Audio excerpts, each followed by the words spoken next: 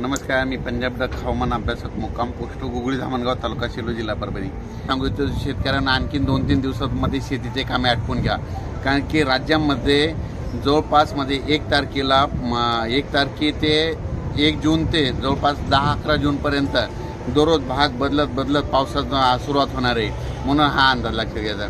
सुरुवातीला बघायचं झालं तर 1, 2, 3 तारखेला राज्यामध्ये सातारा, सांगली, पुणे, नाशिक, मुंबई, नगर, सोलापूर, उस्मानाबाद, लातूर या भागापर्यंत पावसाला सुरुवात होईल. म्हणजे 1, 2, 3 जून दरम्यान.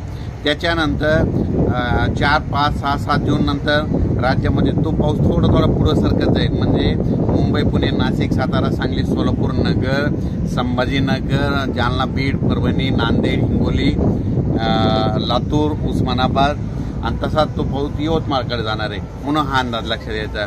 त्याच्यानंतर 5, 6, 7 जूनच्या दरम्यानमध्ये तो पाऊस परत आणखीन पुढं म्हणजे सातारा, सांगली, सोलापूर, पुणे, नाशिक, मुंबई, तसेच नगर, पुणे, औरंगाबाद, त्याच्यानंतर बीड, परभणी, लातूर, हिंगोली, वाशिम, नांदेड आणि त्याच्यानंतर बुलढाण्यापर्यंत 7 तारखेपर्यंत तो पाऊस सुरुवात होईल. त्याच्यानंतर तो पाऊस म्हणजे 7, 8, 9, 10, 11, 12च्या नंतर पूर्व विदर्भ आणि पश्चिम विदर्भाकडे मान्सून पावसाला थोडं उशिरा जाणार आहे. म्हणून हे अंदाज लक्षात घ्यायचा. कारण की पूर्व विदर्भात 7 तारखेच्या नंतर थोडा पाऊस सुरू होणार आहे. म्हणून हे अंदाज लक्षात घ्यायचा.